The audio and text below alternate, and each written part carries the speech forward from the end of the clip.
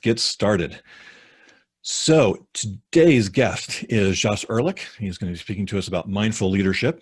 Josh is a senior advisor and coach and chairman of the Global Leadership Council. He is a leading authority on succeeding in demanding environments and an expert on mindful leadership. Based on his research, he helps individuals, teams, and organizations develop their engagement, resilience, and strategic thinking. He's worked with hundreds of executives and dozens of teams in multinational companies, including more than 50 of the Fortune 100. Josh is also the author of Mind Shifting, Focus for Performance, and he is our guest today. And so I want to welcome Josh Ehrlich to the ATD Mid-Jersey chapter. Josh, take it away. Thank you so much, Ken. And hello, everyone. It's great to be with you all. I'm excited to share with you this topic and my work on this for the last many years. So let's jump into it. I'm going to share my screen, excuse me, and first give you a little introduction. So Ken gave some. I've been doing work with mindfulness for literally 25 years. When I started this, it was woo-woo. Now it is very in the popular media, and there's so much research that's come out about it. So it is very much current, and given what we're all going through, I think the topic is very important for us to take care of ourselves. Everything that I'll share with you is personally tested. I've used this stuff myself to keep my own sanity. I've worked with my clients with it, as most of what I do is executive coaching. And then it's also tested by the research. So it's triple tested, and it's very solid stuff. So as Ken mentioned, most of my work the last 25 years has been coaching. The other part has been teaching mindfulness and mindful leadership. Those are the two big buckets of things that I do. And just a little bit of personal context, 2 daughters, my wife, and my cat, Jimmy John Jones. I live here in Bar Harbor, Maine, but get around or used to travel more than I do now. All right, just an invitation to a safe space together. This is especially important given all of the lack of boundaries that we now have in our lives. Work and life have been smushed together. We don't have that third place to go, the coffee shop, the library, as everything's closed. So just for the next 50 minutes, set any boundaries, turn off the IM, the email that will help you be present so we can make this a safe place. And so it's very hard, and I've been on these calls myself, it's very hard not to multitask when you're listening. I'll ask you to get involved and communicate with me and each other. So see if you can put everything else aside, bring up the chat, and get ready to talk with each other. First exercise, you're about to fly a plane.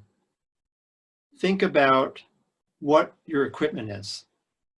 Let's just do a quick checklist of your own mood, your attitude, what's going on physically, how are you feeling in your body? Just do a quick check-in of that. Is there anything distracting you? Can you set that aside? And make the decision, the intention, how you want to engage today. You can do this quick before any meeting. You don't even have to call it mindfulness. Just do a quick rundown before. What we often do is, some clients call it carpet bombing. You just fall head over heels into the tactics in meetings instead of just settling into ourselves first. Great. And if you have thoughts about anything as we go, I'll see them in the chat. It's probably the easiest way to communicate them with me and with everybody. So important. Great. So quick agenda. We'll talk about overload, all the reasons it's hard to be present. We'll talk about what mindfulness is. We'll do some mindfulness together, and then I'll apply it and ask you to pair up in a few minutes and listen to each other mindfully. That's the foundation for me of mindful coaching and developing resilience. It's first showing up. And I'll talk conceptually and give you a tool as a takeaway, how you can apply it to mind, body, emotion, spirit. By spirit, I mean meaning, values, and purpose, right? Not spiritual. Connecting to relationships and inspiring. And I want you to build an action plan. Just start today, and I'll give you tools that you can use to build it overall on your own afterwards. So a little bit of context. A lot of these are my clients, and these companies are offering and teaching mindful leadership because it gives them an edge. It gives them performance. Yeah, they're also interested in taking care of people and wellness, especially now, but what they really want is performance, and that's what this does for us. This is not just soft and feels good. it's helping us perform more effectively, right? So many companies, and now there's conferences, multiple conferences in the last couple of months that I've attended. Major companies like SAP, IBM, they're teaching thousands of employees to be present and mindful to get better performance. And hedge funds teaching it now too. Goldman Sachs, these companies are after performance, and you can get that too. Great. So using your chat, tell me and everyone, first, let's talk about what makes it hard. What makes you busy right now? What gets in the way of being mindful? Just type in 1 or 2 words and we'll all look at the stream as it goes. Yeah, emails, lots of meetings, cell phones, so many projects, and the anxiety about the future, the information overload. Absolutely, absolutely. So many priorities. Right. Great. Keep it coming. So many demands coming at us. Right. So much to balance. And this is great because it makes it so clear from everybody that it's impossible to do all that. And so one of the things we'll talk about is how do you set a limit on that?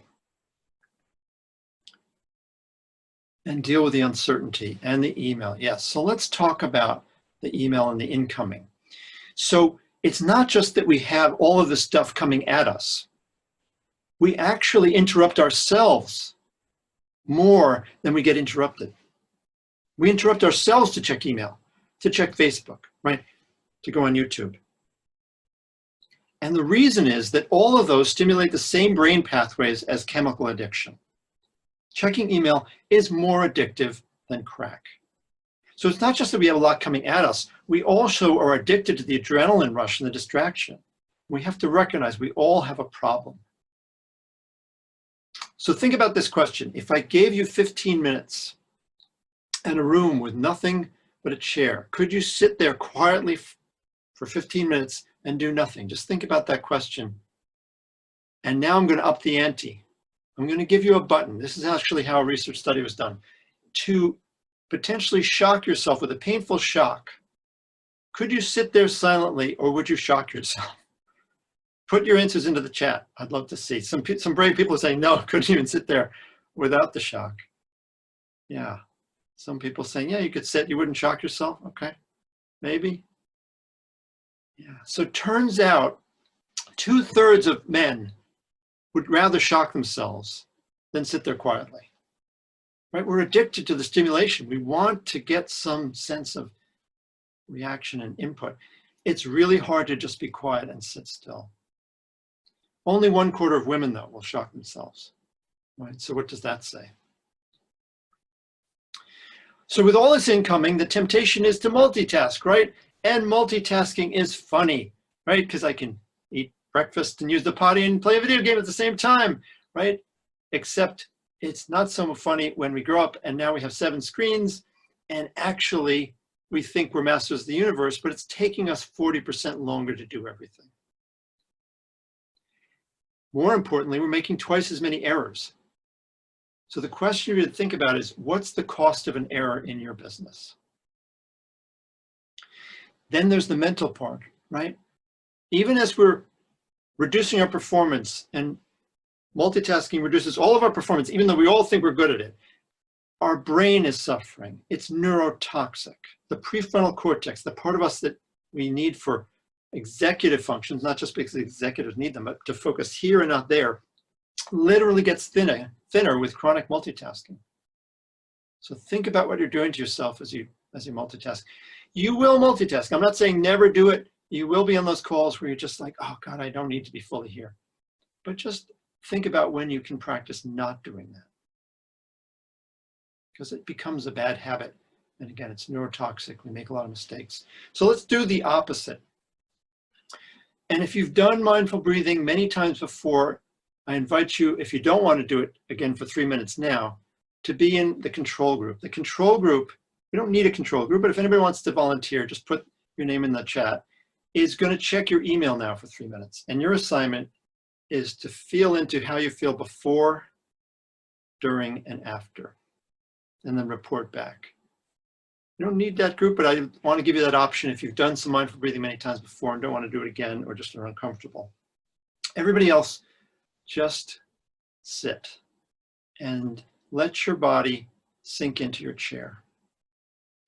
Now, I like to close my eyes. Mindfulness is not about turning inward, but it's easier when we start out to focus that way. So if you don't want to close them all the way, half close them, like tiger eyes when your cat looks at you, you would love. And just focus more internally than externally.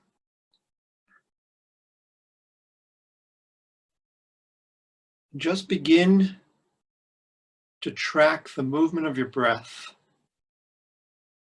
especially at your belly. And you can put your hands on your belly.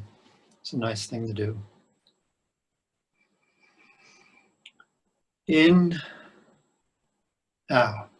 Just notice your breath moving in and out. So step one is to name the in-breath and the out-breath. Step two is to track your breath all the way in and all the way out. Deep, slow. So you're not trying to breathe deeper or slower right now, just using those words, if you like them, as an anchor for your attention. Following your breath, especially at your belly, all the way in, all the way out.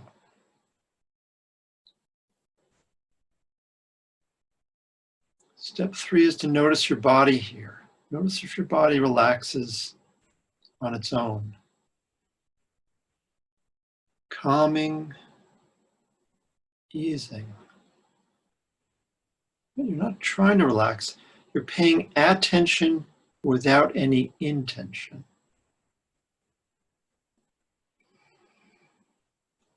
If you get lost, just come back to your belly, in, out. And see if you can include all of your body, and notice if your body softens as you pay attention in this way, without any effort. Notice your face relaxing, and especially now, put a smile on your lips. Notice how that relaxes your face. Smiling, releasing. See if you can smile to whatever is going on inside you. Meeting and greeting whatever comes up with interest and curiosity, with openness. So mindfulness doesn't just mean focus in the present. It's with an attitude of openness, curiosity, and warmth. What's going on in your body and in your feelings now? See if you can touch how you feel. Just notice that and smile to that. And again, if you get lost, just come back to in, out. Deep, slow.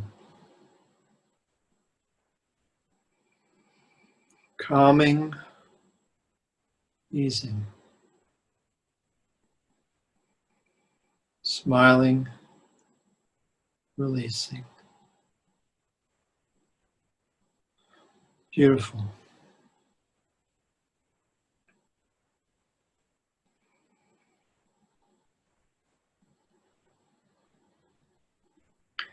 And when you're ready, you can slowly float your eyes half open if they're not already open. Feel your feet on the floor. Feel them planted. Your body in the chair is solid. Feel myself as a mountain, and I feel solid. It's a wonderful meditation. And yes, by the way, this is meditation, but this is not a spiritual activity the way I'm offering it to you. This is science-based mental exercise.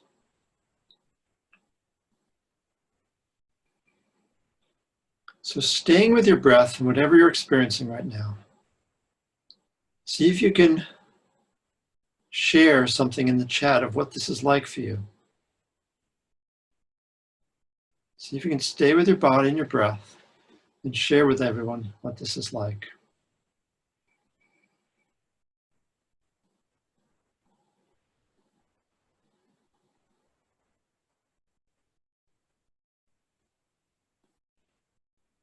Yeah, it's returning to yourself, present. Right, we can get self-conscious.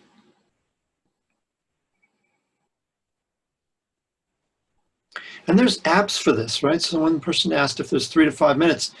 There's lots of popular apps. One's called Headspace, but there's Calm and many others if you'd like. So great, a lot of people found this soothing. Anybody find it difficult? Find your mind was racing? Yeah, great. It's sometimes louder in our heads when we quiet all the noise. And we so want the activity, yeah, it can be boring. But our pain can go away, yeah. Instant Timer is a great app, yeah. 10% happier, lots of apps coming in. But what are the other ways you use, right? So you may not take a mindful breath in the middle of the day, although I love to do that. What are other ways that you do? Use the chat to share other ways that you ratchet down in the middle of the day. If you take that time to do it, how do you ratchet down in the middle of the day? Share in the chat what you do for yourself to take a step down. Take a walk, it's huge, wonderful. Yeah, a run, exercise, drink something warm, awesome. Yeah, turn off the computer, awesome, love these ideas. Kiss the dog, that's great. Lots of people getting outside, beautiful. I was teaching this at a company years ago, and a huge fellow got up in the back of the room and he said, when I need a break, I look at YouTube and pictures of kittens. You know, the most popular search on YouTube is pictures of kittens because it makes us come to compassion and kindness, right? Music is great, yeah. Getting away from your desk, not being trapped in front of your computer, huge, awesome, everyone. Did anybody do the email checking? Was anybody on that control group? Anybody report out what the email did to them? Yeah? What was the email checking like? What did that do to you?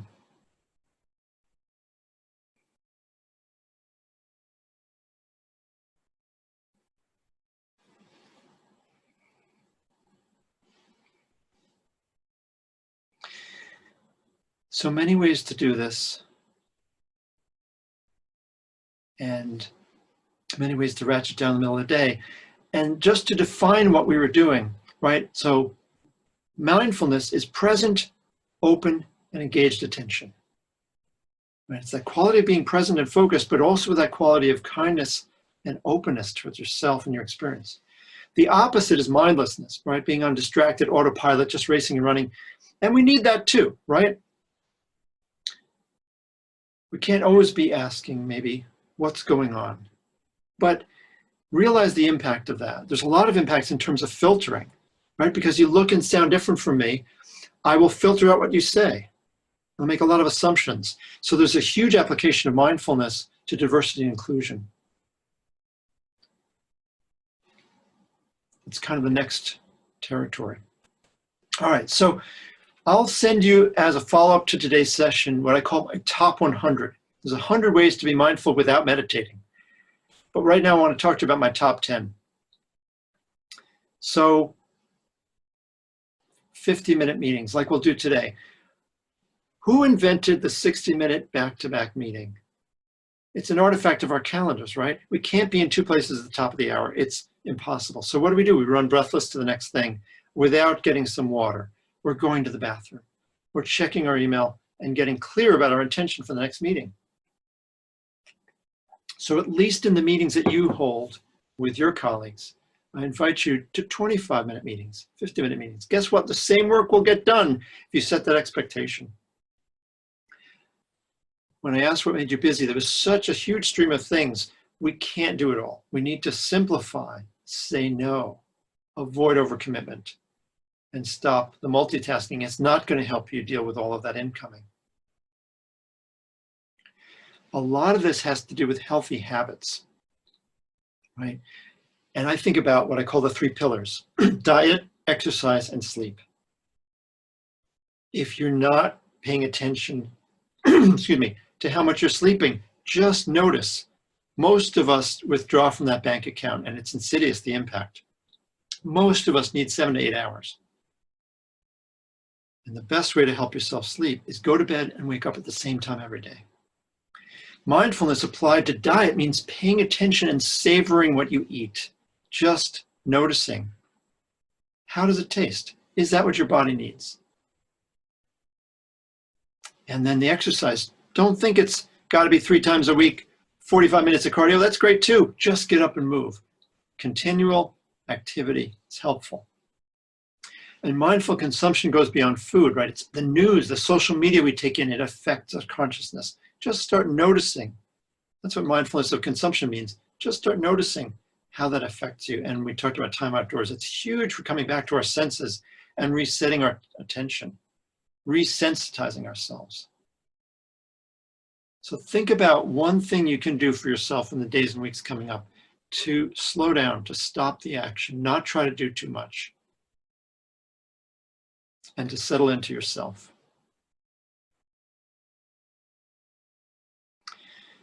So this is the model that I've developed from the research. In the center is showing up: mind, body, emotion, and spirit. Right? First you show up, and then you can connect.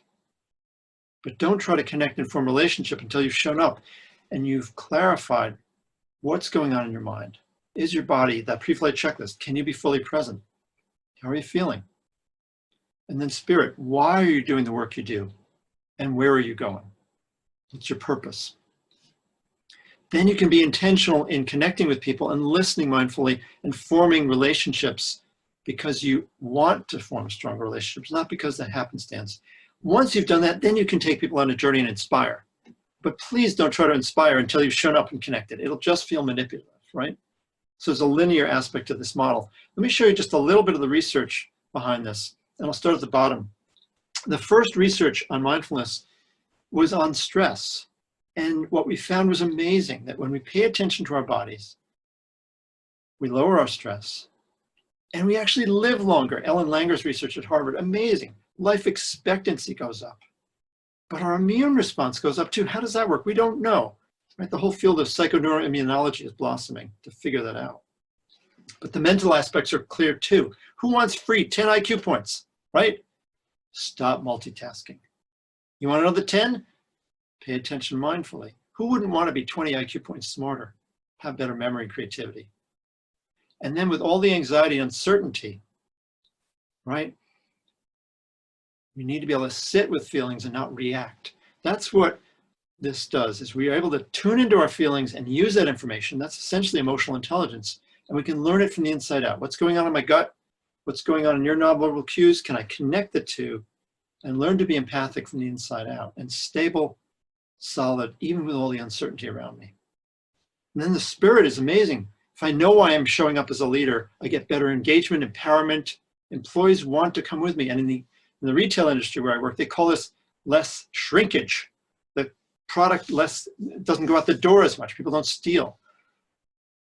The connecting, and we'll practice this in a minute, mindful listening, right? How can I quiet the noise while I'm listening and tune in with more empathy? Develop stronger, more intentional relationships. And we know that we get business from relationships, right? Not from transactions. Sometimes we fall into that thinking.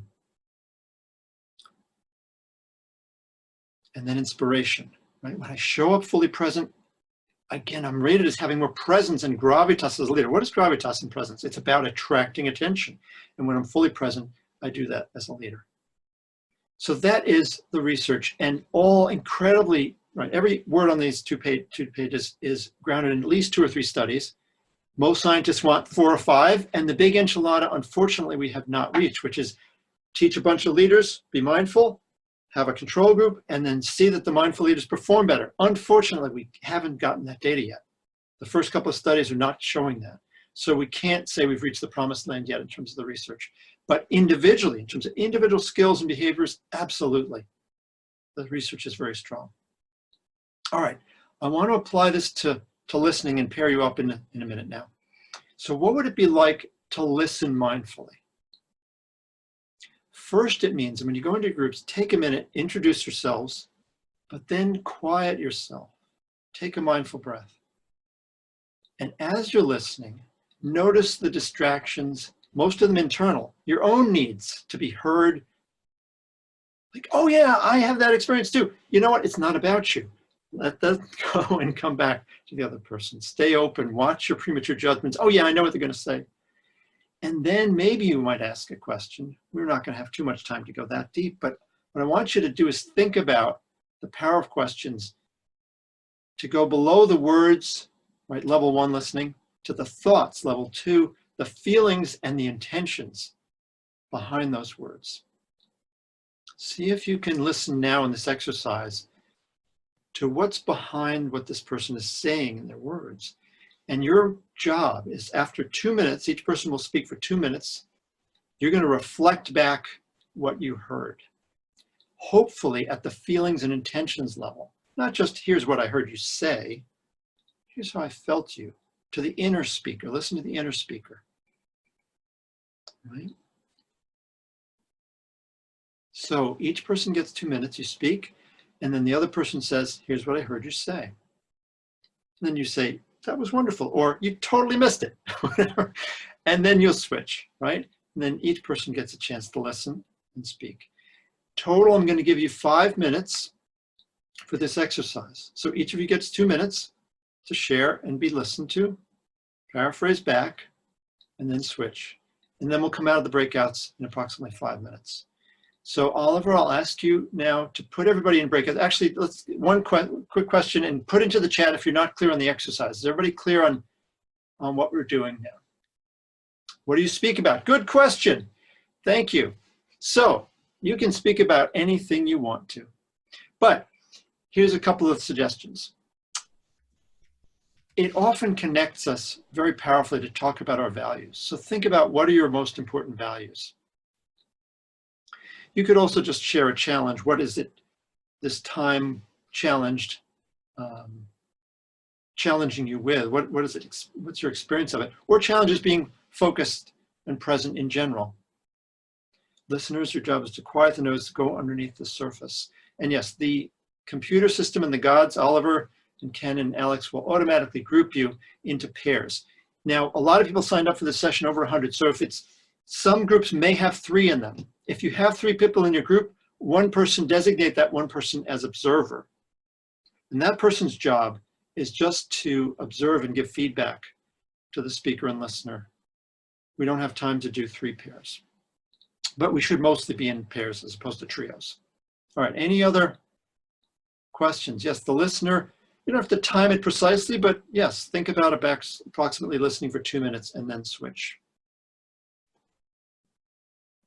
Great, okay. On your mark, get set, listen, and go into your groups. So what I want to hear now is, how was this for everyone? And so type into the chat, please, what this experience was like for you, either as a speaker, and I didn't talk about mindful speaking, but that's a whole other discipline, which is, can I be clear and intentional in my speech? Yeah, listening is hard. It took effort. Yep, great. And then the other side, yeah, it's wonderful to feel really heard, right? Kathy, and yeah, meeting the new person, awesome. Positive and warm, yeah, nice. You could have talked longer, I know. Stories are similar, connecting, not enough time, sorry. Yeah, community building, right. The pain and the hope out there, yeah. Great comments. So if you enjoyed this experience of either being listened to or of listening to someone else, I invite you to do this again with a spouse or significant other or a friend. Mindful listening is an amazing practice. We all so desperately need it. And with the disconnection, right, and the technology, we can connect this way, we miss that connection. So we're yearning for that. So practice some mindful listening. Pick somebody as a homework assignment. Pick somebody you want to listen mindfully to and do this exercise. You could do it for 10 minutes, right? You may not want to short shift yourself. You can do it a little longer, but it's a great exercise for any kind of relationship. It basically sends the message, I am really interested in you, right? And it's such an important practice to cultivate. It's the foundation for mindful coaching, right? So the next step, we won't get into that today, is if you first listen, then where can you take somebody in terms of their challenge? You may have even already gotten to that in some of the conversations.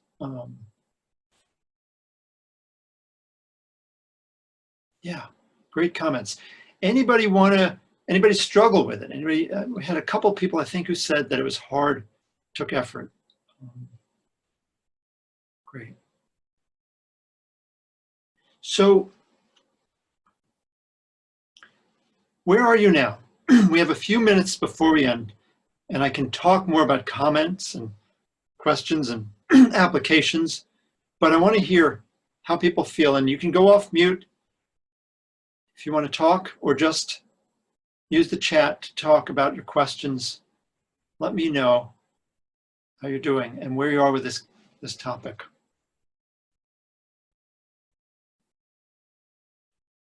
Hey, Josh, it's Rich Atkins. Hey, Rich, good to see you. And you too, sir. Thanks so much for putting us into groups like that. That was a powerful exercise. And what I saw in my own group, and then I saw in the chat later, was not only did we listen to another person, we also listened to ourselves.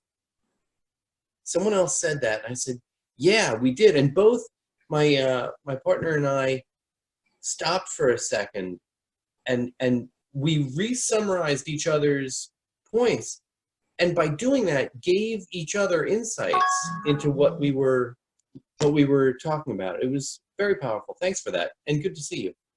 Wonderful. Thank you, Rick. You know, as an expert, you do this all the time and teach this all the time, so it's wonderful to have you comment about that. Yeah, awesome. And Elizabeth, yeah, how we're distracted we usually are. Oh, the beating of the self. Oh, thank you for raising that. So I mentioned the smile when we were breathing. A huge part of this work is to be kind with ourselves, right? So I mentioned the top, hello, Christine. I mentioned the top 10, right? The letting go of all the things on the list. A lot of that is to just be kind to yourself. So yeah, Christine, you have a question? Yeah, I mean, Josh, one of the questions, and it's great to see you even this way, Yeah. and I appreciate the community that you've created here today in the safe space. But I'm doing a lot of Zoom coaching and Zoom meetings, and I'm finding that when in this instance, I'm not doing it, but most of the time, I hide my self-view. Once I see myself and I make sure my camera's not pointing up my nose and Right. I look okay, getting rid of my self-view has helped me to feel much more present and connected to people than having this awareness of myself and this performative kind of aspect. So I was just curious, and if it doesn't fit in here, that's fine. But I was just wondering if you had any thoughts on that in terms of mindfulness. Yeah, absolutely agree, Christine. Great question. And when we started, it popped back up. Now I can see myself, but I hid my self view. There's a little button you can find to do that. And yes, because the video is great and it also puts pressure on us. We feel like we're performing, we're on screen, right? And so all of these Zoom calls are causing stress. And so I'm encouraging a lot of my clients to go back to the phone. And I find it simpler too. When we're really listening well on phone, we can be very empathic. And actually, there's some great research out of Yale that we can be more empathic on the phone. So unless we know somebody really well and know their nonverbal cues, we find them actually distracting. And we can be more empathic and tuned in on the phone. So great question, Christine. Very, very interesting challenge we've got now. Yeah, it's distracting to see the faces. I saw another question, I think from Brenda, how to apply this in our daily lives, how to take small steps. And mindful walking, talking about steps, is a great practice. And you can do this, a lot of you talked about going for walks. You can do this outside. I also do it, excuse me, inside. So one of the authors that I like, and I'll send you a suggested reading list, is Thich Nhat Hanh. He talks about contracting with some space in your home or wherever you are. I made a contract, an agreement with my stairs from the third floor of my offices to the second floor where my family and I live. When I walk up those stairs, I just walk up the stairs. I just pay attention to my steps and my breath. And when I walk down the stairs, that's my commute back home, and I leave my work. So just 5-10 seconds, a way of coming back to myself. So think about cues around you. Could you brush your teeth mindfully? I do that every day, just 2 minutes. You can say, oh, I don't have time for this. Well, how about 2 minutes that you're going to brush your teeth anyway? How about committing that you're just going to brush your teeth, right? Or washing dishes. It's a great mindfulness practice. So the top 100 that I'll send you is 100 ways to be mindful without doing the mindful breathing, which is also a wonderful practice. But you don't have to do that. There's a million ways to be practical about it. Just the 50-minute meeting, I think, is practicing mindfulness. Great. Other questions? We've got a couple more minutes.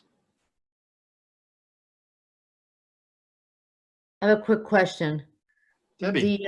The mindfulness is supposed to lead you to what? To be able to think clearer, or is it more of a understanding how to listen and how to react and how to slow yourself down? What's our ultimate goal if we're doing it correctly? Great question. So the first goal is not to have a goal. It's just to show up and be present and live and experience your life. Now, we certainly want stuff out of it. And there are outcomes we get. Mind, body, emotion, spirit, connecting, inspiring. All those that I showed you are outcomes, right? So we'll get clarity of thinking. Right? We'll get better physical health when we tune into our bodies. We'll get better relationships when we listen mindfully. We'll get all those outcomes. But the first thing is to let go of that. Because when we're constantly reaching for an outcome, we leave the present. We stop being right here. And we're saying, okay, did I do a good job? Am I there yet? Stop paying attention to the score. Yes. Thanks for that answer. You hit it on the head. You know me. So it's not just you, Debbie. It's all of us. We want the outcomes. And yes, we'll get better outcomes when we pay attention to our process, how we're doing things. And that's what mindfulness is. It's about, oh, how am I doing my work, right? And if I pay attention, present with a clear head, I'll get better at the process. I'll get the better outcomes, but not jumping there too quickly. Great question, Debbie. Josh, can I make a comment? Yeah. Yeah, no, I was thinking about a new way for myself. I recall growing up many years ago that my grandmother had a rocking chair, my mother had a rocking chair, and my fiance and I, we have chairs out on a patio that actually rock. So like I can get into this mindful mindset, if you will, just by sitting, closing my eyes and just rocking. Right. Wonderful, Rick. Awesome. And we have a question from Nancy. Yes, competitive leaders, you can keep that energy and be competitive and achievement oriented, and that's all good, right?